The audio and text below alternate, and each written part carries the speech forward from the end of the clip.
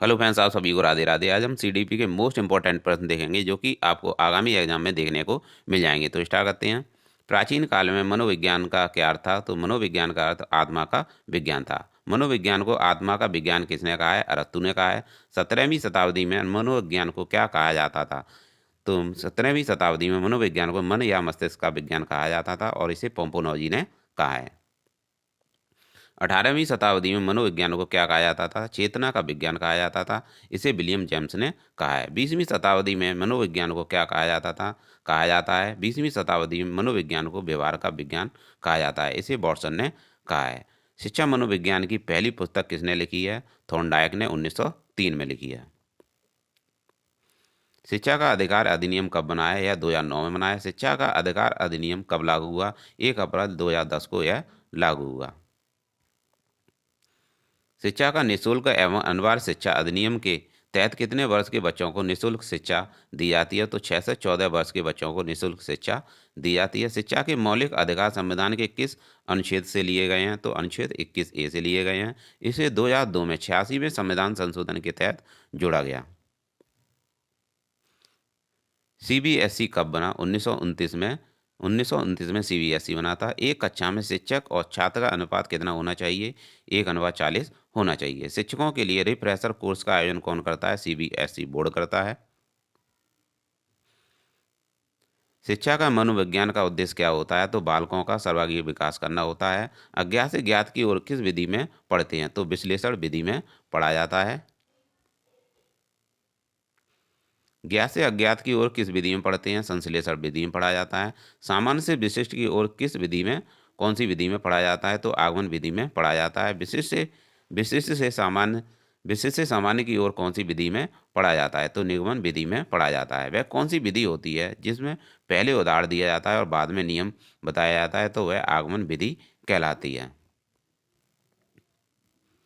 वह कौन सी विधि है जिसमें पहले नियम बताया जाता है और बाद में उदाहरण बताया जाता है? तो वह निगमन विधि कहलाती कहलाती है। और न देखेंगे, देखो सुनो और समझो किस विधि पर आधारित है? यह प्रदर्शन विधि पर आधारित है। देखो सुनो और बोलो किस विधि पर आधारित है? यह प्रयोगात्मक विधि पर आधारित है। किस विधि से शिक्षण सूत्र का प्रयोग होता है? तो आगमन विधि में शिक्षण सूत्र का प्रयोग किया जाता है। करके सीखने पर कौन सी विधि काम करती है? प्रयोगशाला विधि काम करती है। किंडरगार्टन विधि किंडरगार्टन विधि के जनक कौन थे? किंडरगार्टन विधि के जनक प्रोवेल थे। और यह विधि खेल एवं करके सीखने पर आधारित होती है। ग्रंथि के दोषपूर्ण कार्य के कारण व्यक्ति का लैंगिक विकास उचित रूप से नहीं हो पाता है। यह पीनियल ग्रंथि कहलाती है। खेल पर आधारित विधि कौन सी है? किंडरगार्टन विधि है खेल पर आधारित विधि। अतिरिक्त शक्ति के सिद्धांत का संबंध किससे है? खेल से है। Psychology from the stand point of behaviourist किसकी रचना है? यह वॉटसन की रचना है। बाल विकास को सर्वाधिक प्रभावित करने वाला कारक कौन सा है? तो खेलकूद का मैदान है। प्रथम प्रथम बाल निर्देशन केंद्र किसके द्वारा खोला गया था? यह विलियम हिली के द्वारा खोला गया था। किसकी क्रियाशीलता का संबंध मनुष्य की पाचन क्रिया से होता है? तो अभिवृक्क ग्रंथि से होता है। संरचनात्मक अधिगम सिद्धांत पर जोर देता है। विद्यार्थियों द्वारा नवीन ज्ञान की संरचना पर जोर देता है। शब्द आइडेंटिकल एलिमेंट्स यानी समान तत्व निम्न में से गहन संबंध रखता है। तो यह अधिगम स्थानांतरण से संबंध रखता है। छोटा शिशु खिलौनों तथा अन्य वस्तुओं को फेंककर उसके भागों को अलग अलग करके किस भाव को दर्शाता है? तो यह जिज्ञासा भाव को दर्शाता है।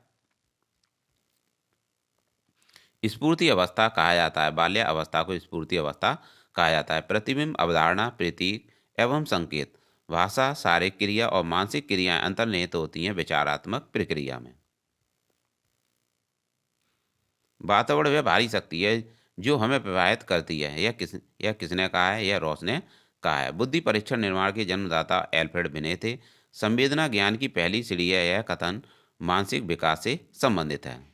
ब्रीजैज के अनुसार उत्तेजना संवेगात्मक विकास का भाग है। तर्क तर्क जिज्ञासा निरीक्षण शक्ति का विकास 11 वर्ष की आयु में होता है। इस अवस्था में बालक बालकों में नई खोज करने की और घूमने की प्रवृत्ति अधिक बढ़ जाती है, उत्तर बाल्यावस्था कहलाती है। कौन सा वंशानुक्रम का निकाय नहीं है? तो अभिप्रेरणा वंशानुक्रम का निकाय नहीं है। 8 अथवा 9 वर्ष की अवस्था तक बालक की दृष्टि एवं श्रवण इंद्रियां पूर्ण रूप से विकसित हो जाती हैं। 20वीं शताब्दी को बालक की शताब्दी कहा जाता है। यह कथन किसने कहा है? यह कथन क्रो ने कहा है, जो कि राइट आंसर है। गामक गामक विकास से हमारा तात्पर्य मांसपेशियों के विकास से तथा पैरों के उचित उपयोग से, यानी शक्ति और गति से इसका संबंध है। इस अवस्था को मिथ्या परिपक्वता का भी समय कहा जाता है। मिथ्या परिपक्वता का भी समय कहा जाता है। यह बाल्यावस्था कही जाती है। इस अवस्था को मिथ्यावस्था कहा जाता है, तो यह अवस्था बाल्यावस्था कहलाती है। मनुष्य जीवन का आरंभ मूलतः घटित होता है केवल एवं कोश में। शैशवावस्था की विशेषता नहीं है नैतिकता का होना। यह शैशवावस्था की विशेषता नहीं है।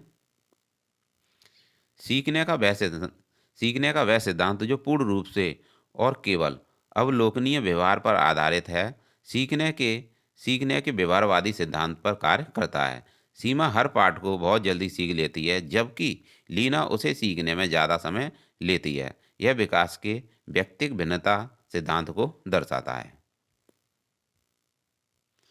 सीखने के सिद्धांत के संदर्भ में इसके फोल्डिंग सीखने में वयस्कों द्वारा अस्थायी सहयोग की ओर संकेत करता है। प्रयोजन विधि के प्रतिपादक किलपैट्रिक थे। वर्तमान समय में शिक्षा का सबसे उपयुक्त उपागम कौन सा है? तो सृजनावादी उपागम है। वर्तमान समय में शिक्षक की भूमिका है सुगमकर्ता की भूमिका है। एक शिक्षक को विद्यार्थियों की तत्परता स्तर को बढ़ाना है। ऐसा करने के लिए सबसे अच्छा तरीका कौन सा होगा?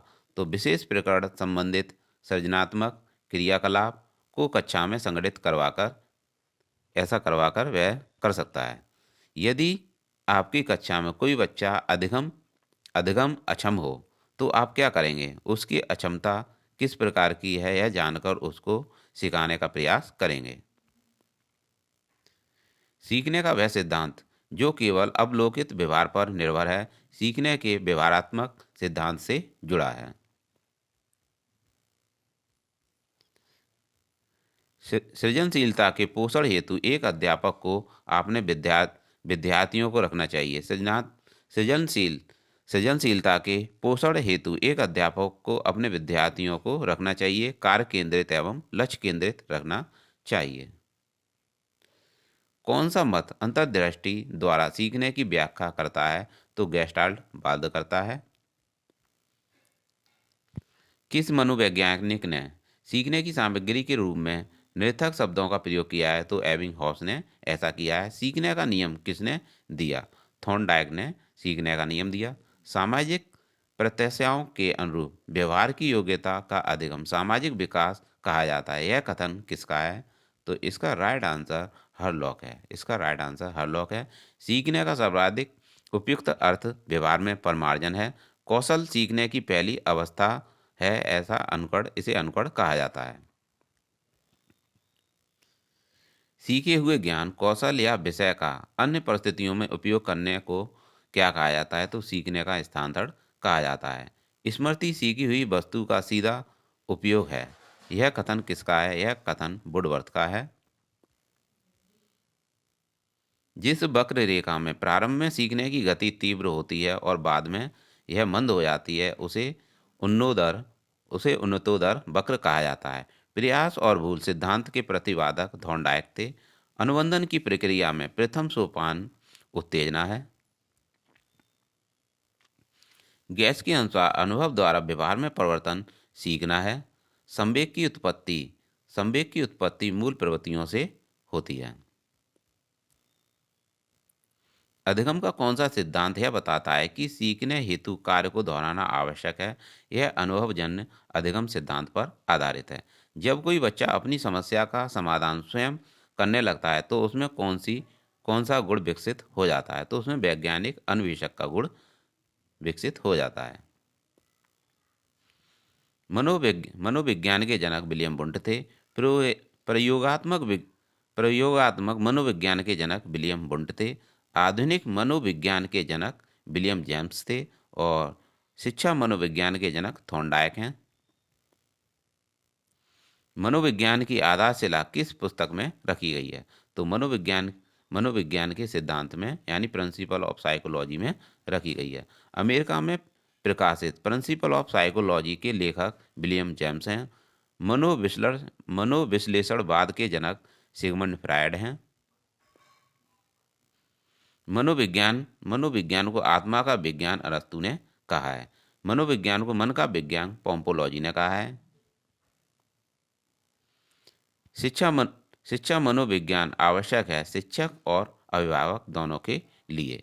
शिक्षा मनोविज्ञान का वर्तमान स्वरूप व्यापक है। मनोविज्ञान की उत्पत्ति 1900 में हुई थी।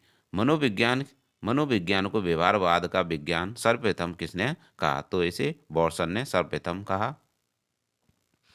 व्यक्तिगत भिन्नता का प्रमुख आधार वंशानुक्रम तथा पर्यावरण है। व्यक्तिगत विभिन्नता का कारण वंशानुक्रम है और व्यक्तिगत भेद का कारण वंशानुक्रम और वातावरण दोनों हैं। व्यक्तिगत भेद का कारण नहीं है, जनसंख्या वृद्धि नहीं है।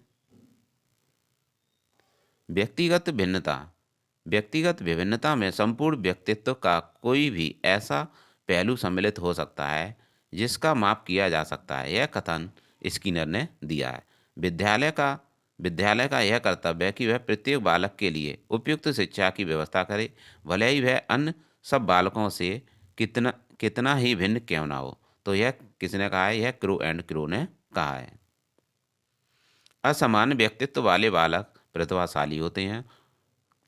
वह अनेक बालकों की झूठी बातों का मूल कारण होता है। यह कथन मनोविज्ञान का है। यह स्ट्रोंग ने दिया है। प्रतिभाशाली बालक की बुद्धि लब्धि 130 से अधिक होती है। पिछड़े बालक वे हैं जो किसी बात को बार बार समझाने पर भी नहीं समझते हैं, वह पिछड़े बालक कहलाते हैं। शैक्षिक पिछड़ापन अनेक कारणों का परिणाम है। अधिगम में मंदता उत्पन्न करने के लिए अनेक कारण एक साथ मिल जाते हैं। यह कथन कुप्पू स्वामी ने दिया है। बाल अपराध के प्रमुख कारण आनुवंशिक कारण, शारीरिक कारण, मनोवैज्ञानिक कारण हैं। व्यक्तिक अंतर में मनोविज्ञान के जनक सर फ्रांसिस गॉल्टन हैं। मनोविज्ञान के व्यवहारवादी संप्रदाय के जनक बॉर्सन हैं। मनोविज्ञान के विश्लेषणवाद संप्रदाय के जनक सिगमंड फ्रायड हैं।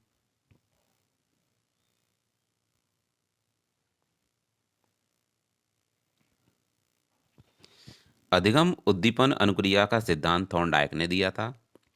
अब यहाँ पर हम जीन प्याजे के संज्ञानात्मक विकास से संबंधित प्रश्न देखेंगे।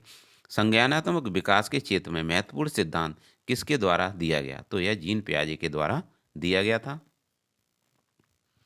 जीन प्याजे की मनोवैज्ञानिक विचारधाराओं को किस नाम से संबोधित किया जाता है? तो विकासात्मक मनोविज्ञान से संबोधित किया जाता है। बाल मनोविज्ञान के जनक प्याजे हैं। संज्ञानात्मक विकास से क्या तात्पर्य है? तो संज्ञानात्मक विकास से चिंतन में गुणात्मक परिवर्तन से है। जीन पियाजे द्वारा बाल विकास की किन अवस्थाओं का अध्ययन किया गया है? तो शैशव काल से किशोरा अवस्था तक का अध्ययन किया गया है। और संज्ञानात्मक विकास को किसने ज्ञान मीमांसा के रूप में स्वीकार किया है? तो जीन पियाजे ने स्वीकार किया है। पियाजे के अनुसार बच्चा अमूर्त स्तर पर चिंतन, बौद्धिक क्रियाएं और समस्या समाधान किस अवस्था में करने लगता है? तो औपचारिक संघ क्रिया अवस्था में करने लगता है, जो कि 11 से 16 वर्ष तक की होती है। बच्चों में बौद्धिक विकास की विशेषताओं की पहचान किसके द्वारा की गई? तो जीन पियाजे के द्वारा की गई। जीन पियाजे के अनुसार संज्ञानात्मक विकास के अंतर्गत मूर्त संक्रियाएं काल किस आयु तक बच्चों में होती हैं? तो 7 से 11 वर्ष तक होती हैं।